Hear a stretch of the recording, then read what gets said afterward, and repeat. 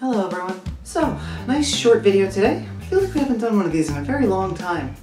But you know, a lot of the content on this channel has been pretty long lately, and I know I have 2 long videos coming up, and I don't want that to be the entire thing.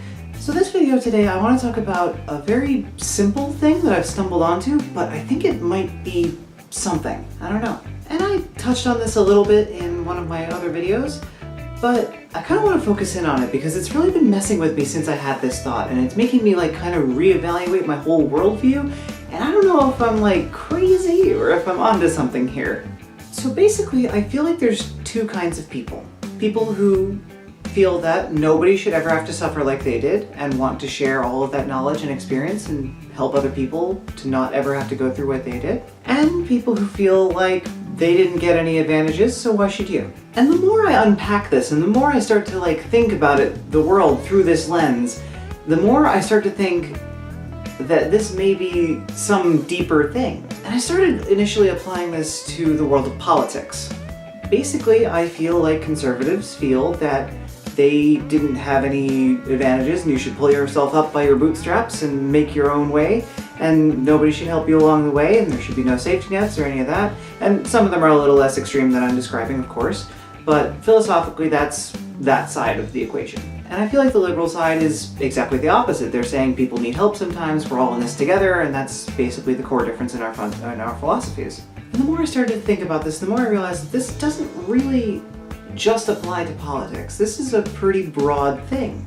The next place I really applied this philosophy, this lens, was my workplace. Now, in several different jobs, I've had several different bosses, and I've had different philosophies from those people. Some people were more than happy to share all of that they possibly could train me on because they wanted me to take it further or just do it their way. Others were more like, hey, here's this problem, you figure it out. And they simultaneously acknowledged that they had done this before, but did not want to give me the answers because they're like, well, that's not how you learn. My personal philosophy on this is that it benefits everyone involved for someone to share their experience with you, but it also, I understand the need to have some job security. It's sort of this whole idea of like, well, the job keeps you for your experience, and if you give it to someone else and they take it further or get better at it than you, then you're kind of losing that edge that you had that kept you there in the first place, and some people feel threatened by that. My personal philosophy is that I'd like all of us to continuously be moving forward, and it's wasteful to spend a lot of time catching up to where someone's already at if they can share that with you in a way that you can actually absorb and grow from. Another example that came to mind that will be more important next week, and you'll see why, is Arch Linux.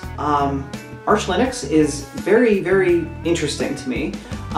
It's just, they have this philosophy that they want to create users that are good Linux users. And they want you to have the documentation, but they don't want to give you the answers. They want you to figure out how to do it from the documentation yourself. And I'm always kind of iffy about that because I'm like, if I just need to know how to do something, just tell me how to do it, you know? Because then I can learn from that and go past it. And I get that there are some people that don't really want to do that, they just want their quick answer and you fix it for me. I get that, but I'm not really sure which party is correct here. Because of course we want everyone to be competent at everything, but that's just not realistic. And then we get into this whole idea of like specific knowledge for a specific task versus generalized knowledge and problem-solving ability. And in my world professionally, like as a programmer, sometimes you have to have a little bit of both. Sometimes you just need to know how to do this one thing and then you'll be done with it forever and you never need to use it again. Other times, there are certainly benefits to knowing the underlying structure of why you're doing what you're doing and why it works the way that it does. I don't know, I guess I'm saying there's room for both? And I don't know, I feel like this is kind of one of those things, one of those spectrums that just defines what kind of a person you are. Tell me what you think. Am I onto something here, or am I completely losing my mind and way too focused on this one idea? And that's all for this video. I like a nice little short one. This is fun. I miss doing this. Next week, we will be doing some upgrades on the computer that I built on this channel previously.